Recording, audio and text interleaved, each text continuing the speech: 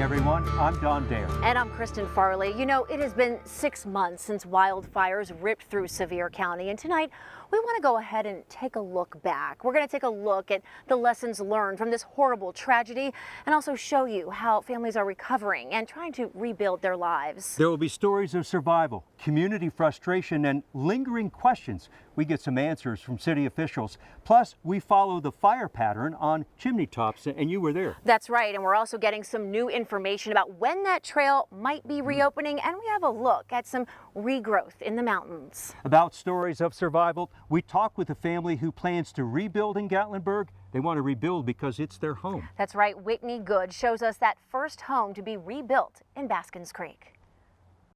That's what we come back to right there. There's the chimney. It's hard to tell now, but this is the spot where Robin Nelson and her husband called home on Baskins Creek in Gatlinburg. It was built in 1956. It was a little cottage.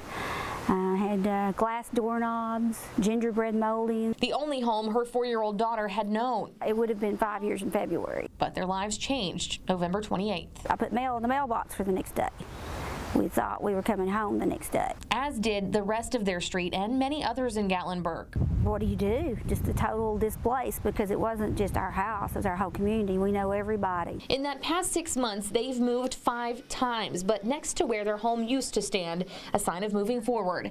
But it hasn't been easy getting to this point. Their old home had been grandfathered into new regulations. This one isn't. It needs to be built further from the creek and higher off the ground. Every time we thought we had done what we were supposed to do, there was something else, another hoop to jump through. Robin says while they're happy to be able to move back to the place they called home, she says it also won't be quite the same because many of the neighbors that they knew and loved so well have decided not to rebuild here. But despite the stress of getting to this point, what color is your room going to be? Pink and purple. It's still a homecoming they can't wait for. This is a very, very, very special place, and we wouldn't want to be anywhere else. We couldn't imagine being anywhere else. We had to get back here. And we're also watching the rebuilding right now of so many landmarks here in the Gatlinburg area. And of course, the iconic skylift is one of them. I mean, they were heavily damaged in the wildfire. 1,000-degree heat just twisting the chairs and all of the metal. All of it being replaced, and the owner is actually telling us they're looking at this as an opportunity to rebuild bigger and better, and they could be open any day now. Yeah, there's already new life coming back to Gatlinburg. You know, one of the oldest buildings destroyed, a church, Roaring Fork Baptist Church, down to the ground in November. In March, the congregation got together and said, we're going to be rebuilding, and they hope to be in that new building by the end of the year. And the Alamo Steakhouse, it was actually one of the first locations that we visited after the wildfires. It was destroyed, but the owners tell us they're not just going to stop here by reopening this one in time for the busy fall tourist season. They're also planning to open 2 more restaurants.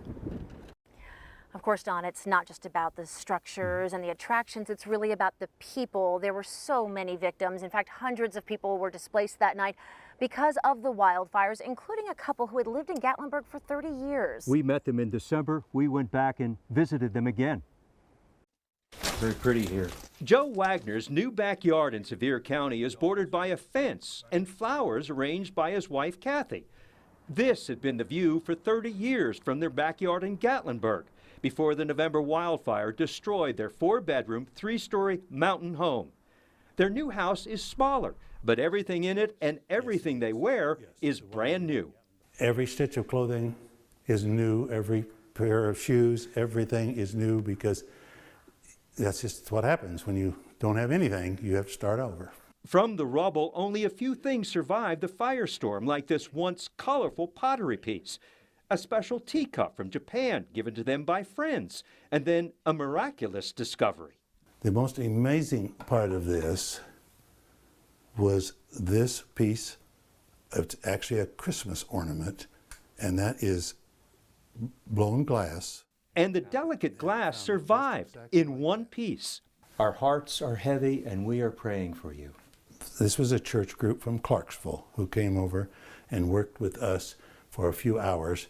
As you can see, the Wagners have not even started to rebuild, and there is a lot of cleanup left. That's because Joe says the process is very slow. I talked to 2 builders who I would trust, and they said, well, we might get to it by this fall or winter.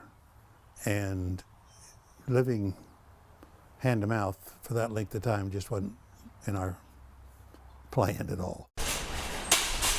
We went with Kathy and Joe to the store last December when she went shopping for new glasses. Her old pair was destroyed in the fire. And they needed socks. The couple only got out with the clothes on their back. They narrowly escaped from their burning home November 28th. The road down the mountain was blocked when two men suddenly appeared. Our guardian angels that fell out of the sky, yes.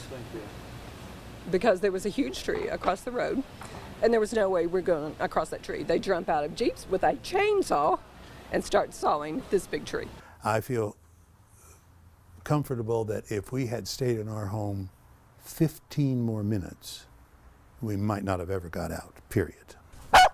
The Wagner's dog Josh is adjusting fine to his new surroundings. A lesson the couple learned from the fire is that they were underinsured. The cost of replacing their structure was covered, but not the full cost of belongings inside the house. Either take still pictures or moving pictures of all of their possessions. Literally go through the house and shoot open drawers on dressers and etc. And so that you got proof of exactly what all you had and what all you've lost. But Monday was too late. We've had people die. Joe believes that county, city, and federal officials over the last 6 months have been unfairly criticized for their handling of the disaster. No one expected the wind to be like it was. And so it's hard for me to try and point the finger at someone and say, you know, they should have done this. While nature has provided new growth around their mountain home, Joe says if they rebuild, the new structure would be a lot smaller. Joe and Kathy are especially grateful to the Dollywood Foundation. You know, he said the $1,000 a month they received plus that final check for $5,000 really made the transition a lot easier. And coming up, everyone, we're actually going to take a closer look at what Dolly did to help so many people in her hometown and this entire area. And we're going to talk to people who tell us they just could not have made it without the Dollywood Foundation and the My People Fund. Right. And Westgate, the largest resort in Gatlinburg, they started to rebuild in December. We go back and check on their progress.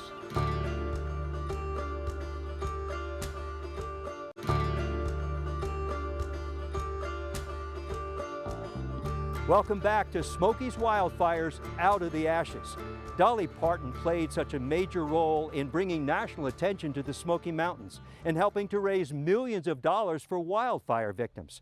Anchor Lori Tucker explains why Dolly says she felt called to help others. It was just over 2 weeks after the wildfires, and Dolly Parton was at work raising money for what she called her My People Fund to benefit people who lost so much in the wildfires.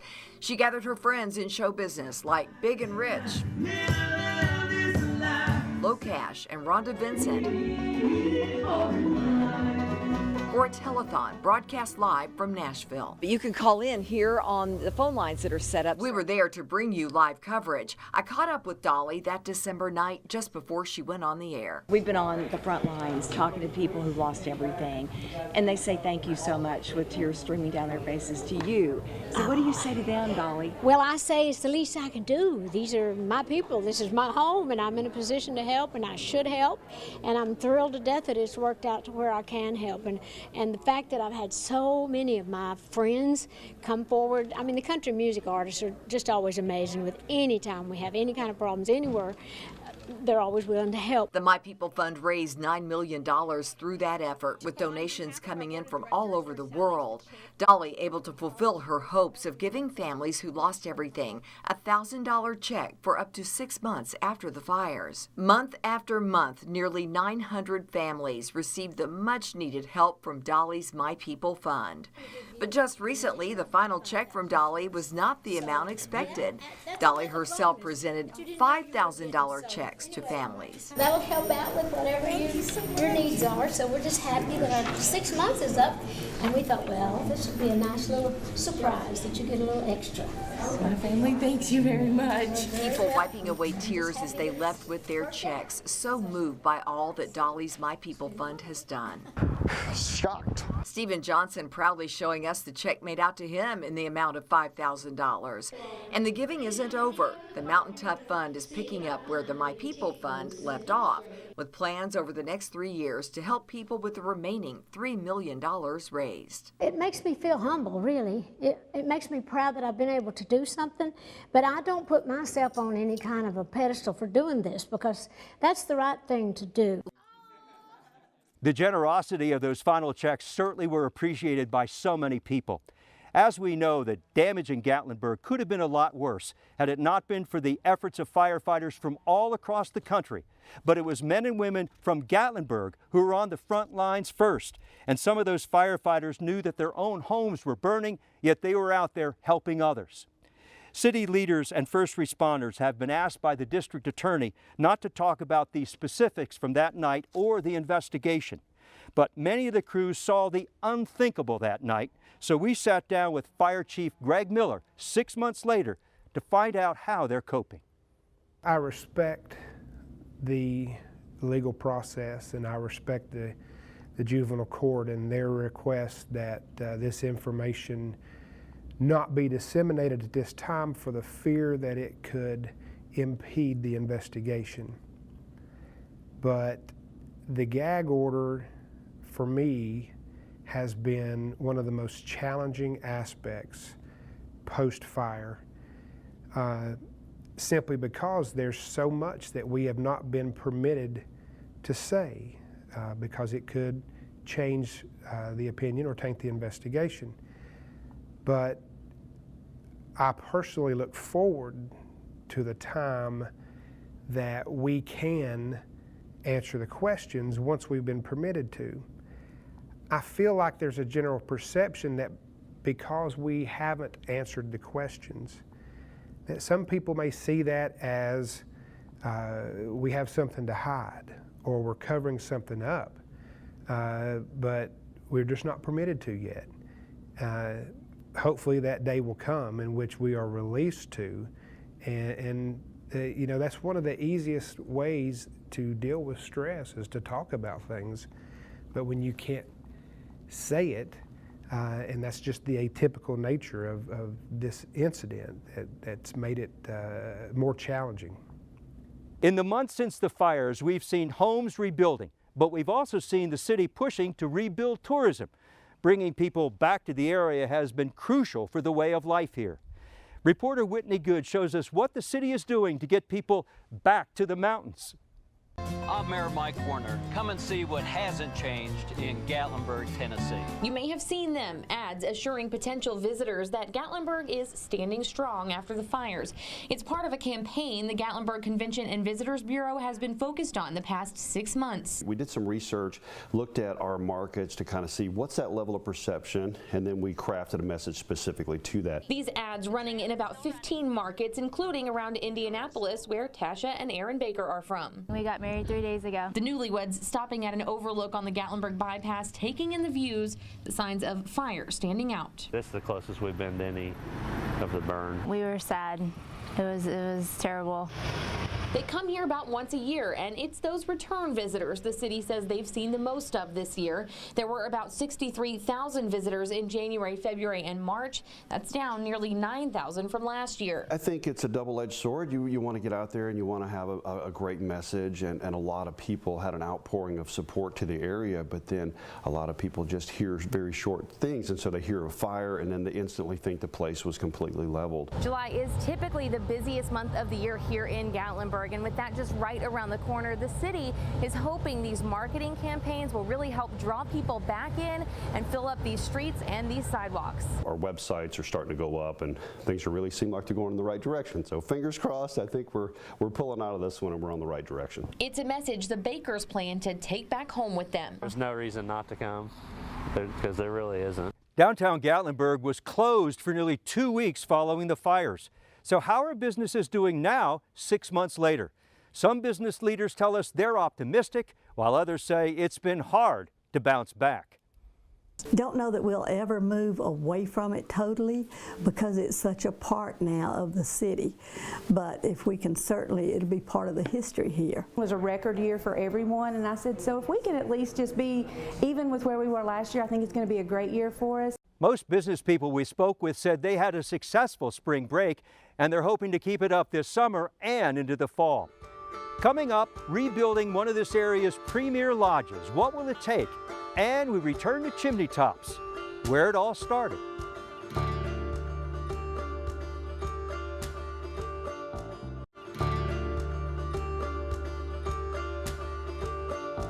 Welcome back. You know, Kristen, many people, especially avid hikers, have been asking about Chimney Tops Trail in the park. That's right. You know, it has been closed since November 23rd when the initial fire was spotted there.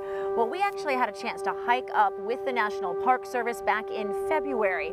We got to see the damage firsthand. Now, you might be surprised. The first 1.9 miles of the hike, that's almost the entire thing, well, you wouldn't even see any damage, completely unscathed, untouched. But after that mark, it was a much different story. It was twisted debris, almost looked like a hurricane had come through, and everything was charred. Even part of the trail that you're used to seeing up there by those two pinnacles was just gone. Now, at that time, the Park Service told us they plan to reopen the trail all the way up to that 1.9 mile part, do a little bit of natural clearing and put an observation platform there so people could look at the chimneys, but they were not going to be able to go out on them. Well, we checked back in with the National Park Service. Unfortunately, the project is not moving along like they had hoped. It will not be reopening this summer. They said possibly this fall, but we were asked to check back in and see how things are progressing. There's so many people looking forward to going up there once again, but even when it does reopen, Don, the pinnacles, the scramble that so many people are used to will not be reopening. That's too bad. It is. You know, we got a lot of calls in the newsroom right after the fires. There were calls, messages, emails, a lot of people wanting to volunteer.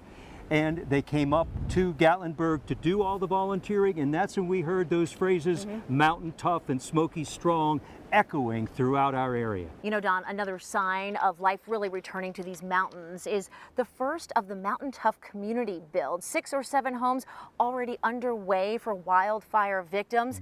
And we do know that the Appalachia Service Project plans to build 25 of these homes. Then after that, the Mountain Tough team is going to take over and continue to build homes. And people here are just saying this is another way that everyone is coming together to kind of fill in those voids. The Red Cross also quickly jumping into action, setting up shelters and raising thousands of dollars to help survivors.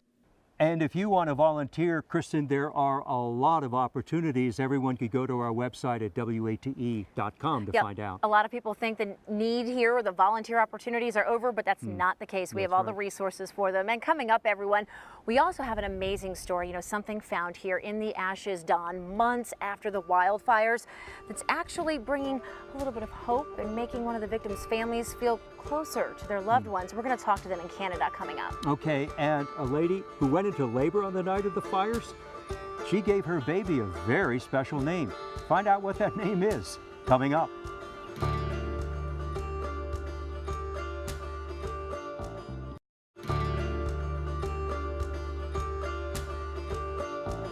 Welcome back, everyone. We want to continue our look at the efforts to rebuild Gatlinburg after those November wildfires. So, how did we get here? We're going to take you back to when those flames were ignited 6 months ago. This is the largest fire in the last 100 years of the state of Tennessee.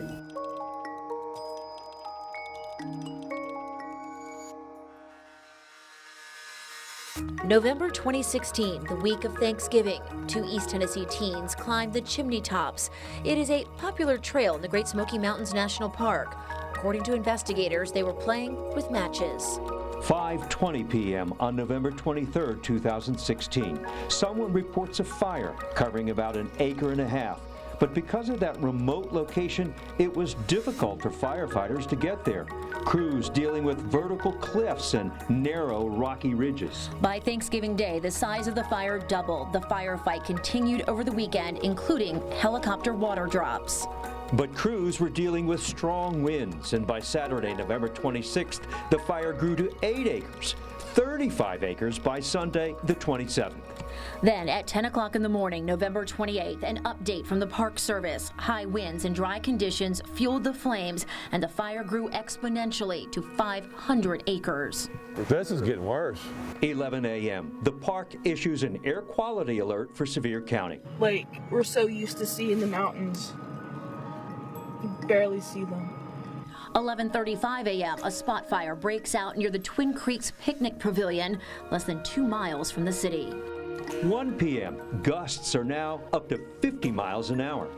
In a 2 p.m. news conference surrounded by smoke, a warning from the National Park Service. We expect more fire growth over the course of the next 8 hours.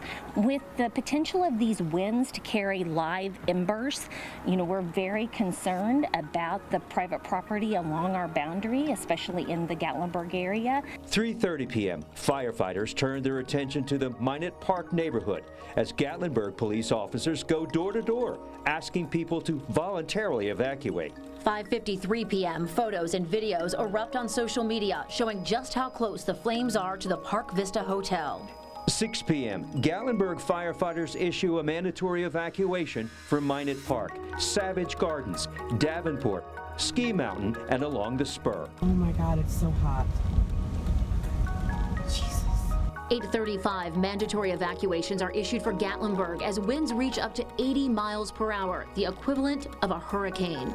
I hate to use this terminology, but it is the perfect storm. 9:03 p.m., the National Weather Service relays a message from the Sevier County EMA, another warning to evacuate immediately. 9:08, WATE 6 on Your Side breaks into programming. Downtown Gatlinburg is under mandatory evacuations. You're going to have heavy fire on the road. They're getting out. They just directed. 11 p.m., TEAM issues an emergency alert, asking people in Sevier County to stay off mobile devices. Then relief as significant rain finally makes its way to Gatlinburg around 12:45 a.m., November 29th. But daylight would reveal the devastation left behind. It was called the largest fire in 100 years. 14 people perished in the fires, 176 injured or sickened. More than 2,400 homes, businesses, and structures damaged or destroyed. More than 17,000 acres burned. And the cost of all that damage draws closer to $1 billion every day. As we mentioned, Kristen, 14 people died in the wildfires. Many of them were longtime residents, but some were visitors. Don, we're also learning so much more about 2 of those victims because of an unlikely discovery months later here in the ashes. John and Marilyn Tegler had a cabin in Chalet Village, Kristen, not far from where we're standing. For more than 30 years, the cabin was there. The couple was originally from Canada, and this was their home away from home. Yeah, John is described as his son's hero, Marilyn, the quintessential mom. They would celebrate holidays and mark milestones here with friends and family. But the happy memories now stripped away, replaced instead with the horror of one night. Grandma had made mention that the winds were picking up and it was becoming quite smoky. Scott is the Teglers' oldest child. He says it was his own daughter who may have had the final conversation with his parents the afternoon of November 28th. Just hours after that phone call, scenes like this started to play out as people scrambled to make their way off the windy mountain roads above Gatlinburg. The last message from John and Marilyn was from their home in Chalet Village, just before 8 o'clock that night. She said, it's getting smoky here, the sparks are hitting the house, we're packing up the animals and we're leaving. Scott later learned his parents' car careened off Skyline Drive. They were able to get out of the car and walk several hundred feet, only to be found clutching each other and their dog in the middle of Wiley Oakley Road. It was nearly 3 days later before Scott got the call he feared. The hardest part is being, from my perspective, is being on the other side of the coin of what I'm usually doing, right? And when he asked me to send about dental records, sending down dental records, that was probably I don't know if I'll ever forget that, because I knew what he was saying. I knew what he was saying. As a fire chief, Scott says he knows the reality of his parents' final minutes, and it's a nightmare he says he can't stop reliving. It is a toxic, bad atmosphere. You can't see 2 feet in front of your face. It's also something he can't accept. There's 14 people that we know of, in my opinion, should not be dead. His grief is now turning into anger. And while crews in Chalet Village work tirelessly to try to bring back new life to the area, Scott says he cannot lose focus on all of those who were lost and getting answers for their families. You start wondering why. Why did you, like, what was your reasoning for not doing this? And that's where a lot of this comes from. I want to, it's not about money. It's like people are held accountable. But in the midst of the ashes, 4 months later, an unexpected discovery. Just a little bit further out here is where the Tegler folks were found. The wallet was found over here. A utility worker finding a charred, almost unrecognizable wallet just feet from the intersection where Scott's parents were found. Amazingly, the owner's name was still legible. So that worker gave the wallet to his friend Kim Pierce, who then tracked down Scott. I didn't want to upset him, or, when someone's dealing with grief, I was afraid this might, make it worse on him. But Scott says he could not be more grateful because this discovery is much more than just a wallet. That's a piece of my living father, right? That was in his pocket. So frame it. Not frame it. Just so. Anyway. It's it'll be nice to have. The one doesn't replace them, but it's I can't find the words right now. Sorry. Pierce and Scott have become friends, and now she has vowed to continue to comb these mountains, looking for his mother's engagement ring as well. In the meantime, she made sure that wallet made its way back home, and we had another chance to talk to Scott after it arrived. It's there. You can see it. I haven't taken it out of the plastic yet. For a brief moment, it was you had a piece of your family back beside you.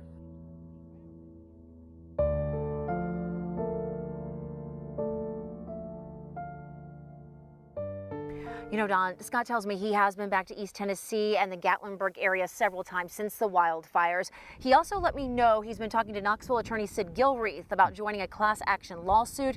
We reached out to Sid Gilreath's office. We have yet to get a phone call back. And another emotional story we followed was Michael Reed. We interviewed him the day after the fires. He was desperate to find his wife and 2 children, 2 girls. Unfortunately, they didn't survive. But we do want to let everyone know, through the Reed Foundation, Michael is now hoping Constance's story of how she survived child abuse can help others. Also, Chloe and Lily Reed will always be remembered at Pi Beta Phi. You may recall back in April, their classmates planted a tree there in their memory. And still to come, everyone, we want to revisit some of those iconic images that all of you have likely seen from the wildfires. We're talking about still photographs taken from 2 vantage points by a local photographer. He retraces his steps from the night of the fires and shares with us how those photos went viral. And we visited one of the premier resorts in Gatlinburg destroyed by the fire. We saw the place in December. We went back just the other day. That story is coming up.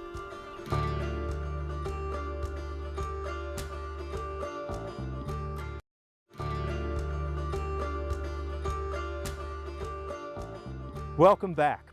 The lodge at Buckberry Creek was one of Gatlinburg's premier retreats, but now it has to be rebuilt, almost. We caught up with the owner and his chief designer right after the fires. We went back to check on their progress. This was a resident building, had 15 suites in it. Lodge owner Buddy McLean and designer Jeannie Johnson are weeks away from reopening the only building left at the lodge at Buckberry Creek. Finishing touches are being completed to repairs as vacationers have booked suites for the Woods building, which offers a picturesque view of the Smokies from the comfort of classic rocking chairs. But other buildings that once made up the sprawling complex are a long way off from being rebuilt.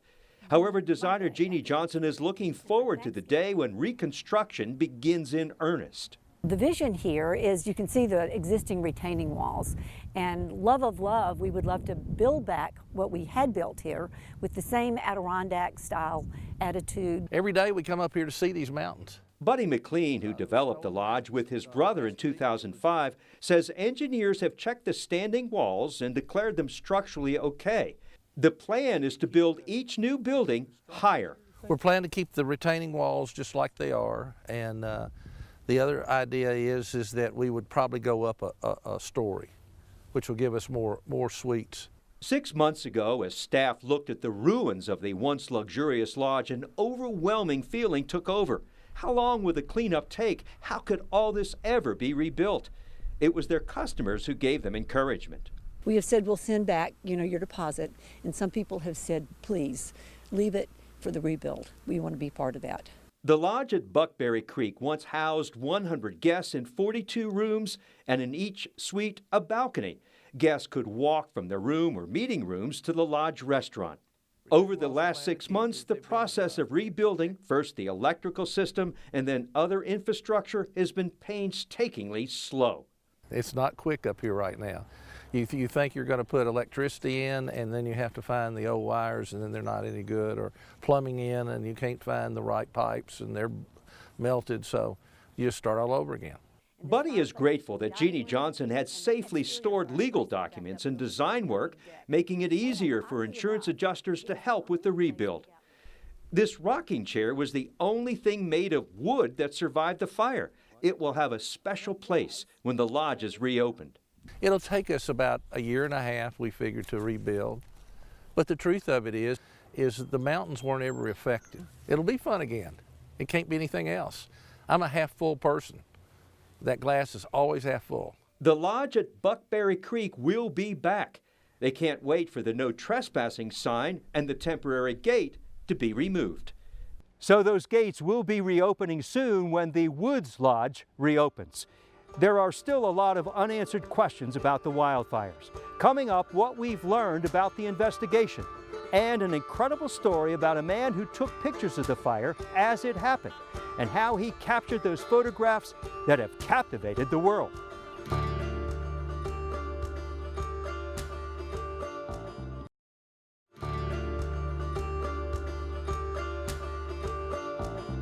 Welcome back, everyone. You know, Kristen, some of the most compelling stories about the wildfires are told through pictures.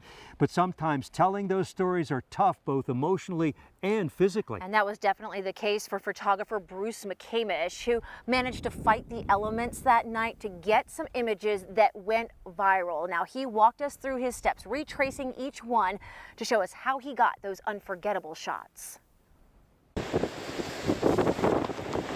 With winds whipping more than 80 miles per hour, Bruce McCamish hunkered down on top of the DuPont Springs Fire Tower in Sevierville to bring us images of the Gatlinburg wildfires like no others.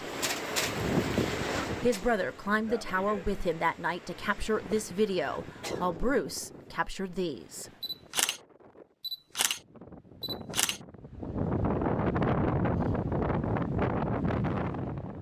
This is kind of the last little hill before we get into the valley. Now he's retracing his steps with us. It's quite amazing. It starts by climbing the narrow steps of this 70-foot tower with his camera gear. This day, a serene, panoramic view with a light breeze, a far cry from the night of the fires. You had fires on the shoulder of Cove Mountain. I had fires down here right before you go into Wallen and into Wares Valley. These cabins were on fire. You had another fire over here to the left. The spur in the distance was just an orange glow. McCamish says the reality of what was happening below him that night was almost too much to think about. In a way, you're having to detach yourself from the emotion, that thinking that people are dying. That was the first thing I thought about, is that people are dying at this very moment. As tearful a photo shoot as I've ever done in my life, I felt that it had to be told. To tell the story, the wind was coming out of the south. Bruce timed his shots after each gust of wind. The shutter set to stay open longer to capture more light, leaving some of the images blurry, yet telling a crystal clear picture. I stopped many times and just sat here going, is this really happening? Is it really happening? And it was.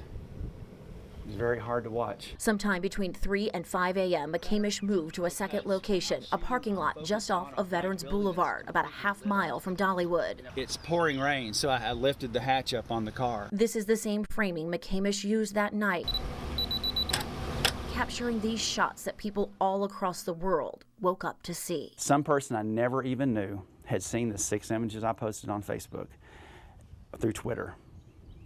And they were a friend of a friend here in Knoxville. They went completely viral, over 4 million views, 60,000 comments, over 300,000 likes in just a matter of a few hours. Among those seeing those pictures, news agencies around the globe wanting the rights to use his photographs and to talk to the man who seemed to have a bird's eye view of one of the most devastating events in our state's history. I look over and there's calls from CBS and NBC and ABC and Entertainment Tonight and all these places, and I'm literally thought I was in a dream. McCamish says while his job is to tell stories through his work, this is one story, like many of us, he wishes he never had to tell. To have this fire of the century, the epic fire, whatever it's been deemed, happen in front of you, and knowing that these are people that you care and love, it's difficult.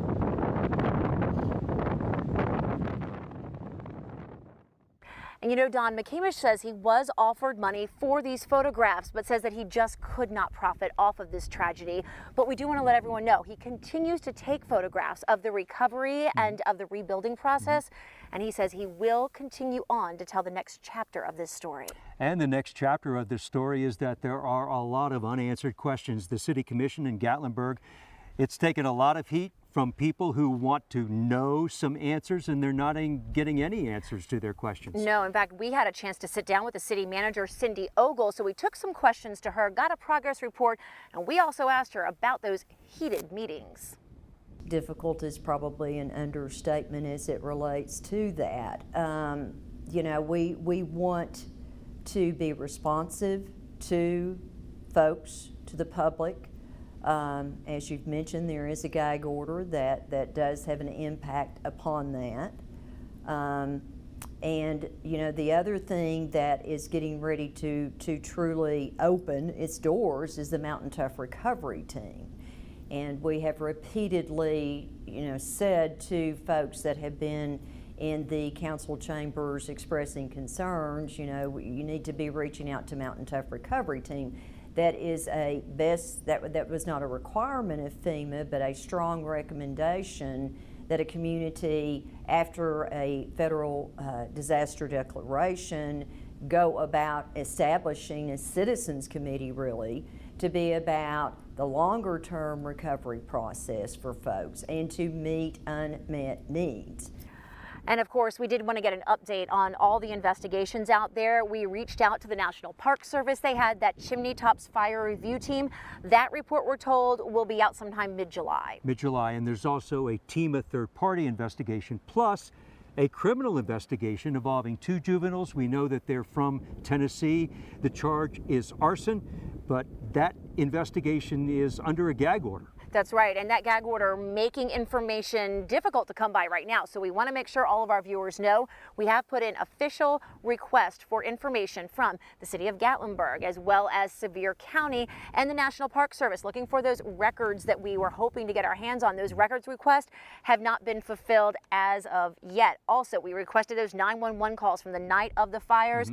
We are not getting those as well at this point. Okay. All right, everyone. So still to come, with all of this in mind, we want to talk about the lessons learned from that night and the days that followed. And coming up, a baby born right after the fire started with a very special name that everyone will remember.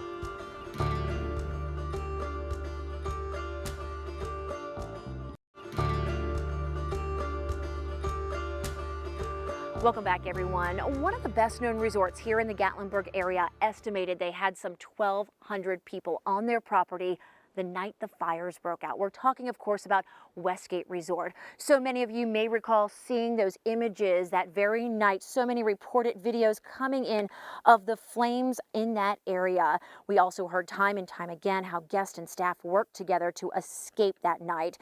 Recently, we had a chance to fly over the resort with scenic helicopters, and you can really see how much they've accomplished in just the last 6 months.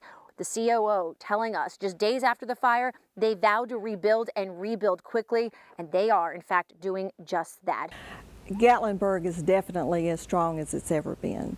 Are there changes? Yes. Will you see them? Yes. But Gatlinburg is a strong city. And there's a lot of opportunity for travel and tourism here in this area. So don't let the fires hinder you from making this your vacation destination. As far as the jobs, they're here.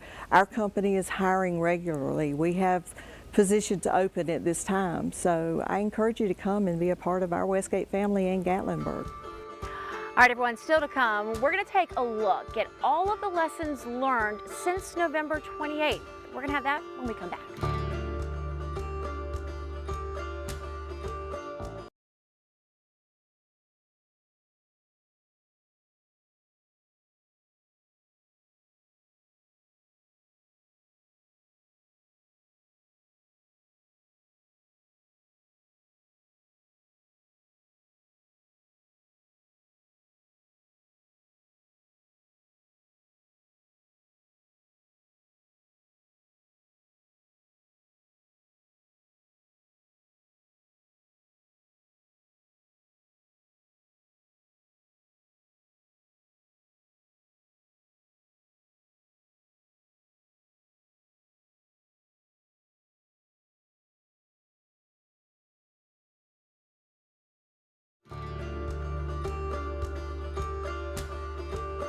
Welcome back, everyone. So, Kristen, what lessons were learned in the November fire? Well, we saw those lessons put into effect when there was a more recent fire here in Gatlinburg in early May. Yeah, we saw a lot of information come out rather quickly on a lot of different platforms, including social media, phone calls into the newsroom, and those code red alerts as well. It seems very apparent that a lot more people have signed up for those alerts since the November fires, and as we continue to talk about them, I imagine a lot more people will sign up as well.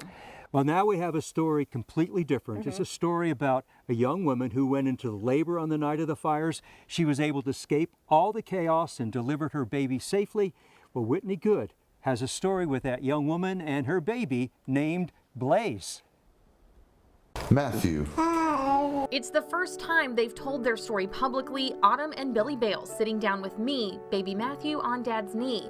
Aside from his big curious eyes, it's his middle name that stands out the most. The baby most call Blaze. He's a fire baby. Rewind 6 months ago, Monday, November 28th. Autumn, 9 months pregnant, set to be induced the following Sunday. They woke up to their city engulfed in smoke. You can't even see anything. Autumn sending us this video early in the day. It was so bad right in this area. Green, brown, orange, pink, any kind of color. My eyes are burning. They tossed around the idea of leaving town, heading to Billy's grandparents' house a few miles down the road. And I was watching the fire come up and take the phone tower. A couple hours later, they were evacuated from there, making it out, Autumn knowing the next morning she needed to see her doctor. They couldn't get my blood pressure down. Because of the stress of everything going on around her, Autumn was admitted here to LeConte Medical Center because her blood pressure wouldn't stop going up. It wasn't long after that, they told her she was in labor. Everybody was talking Gatlinburg was, like gone.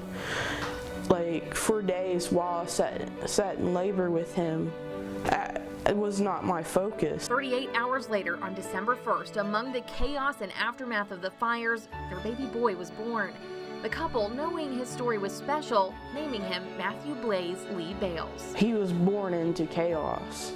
For those around him, his name is a lifelong reminder of the glimmer of hope he was on that chaotic night that brought him into this world. He's something special because he kind of brought joy into people's lives that day. What a wonderful story from Whitney. Can you imagine naming your baby Blaze? I guess if I lived through this like they did, that would be a possibility. But boy, they will have stories to tell for years to come. And, you know, nice, Don, to end kind of on a lighter note up here, because we do know there are so many serious questions that still need to be answered. So many people still suffering, and really so many stories still to tell from these mountains. Yes, our reporters have been up here every day since the fire. They'll continue to come back for the next year, possibly for the next 2 years. Yeah, we will work as long as it takes to get all of the answers to your questions.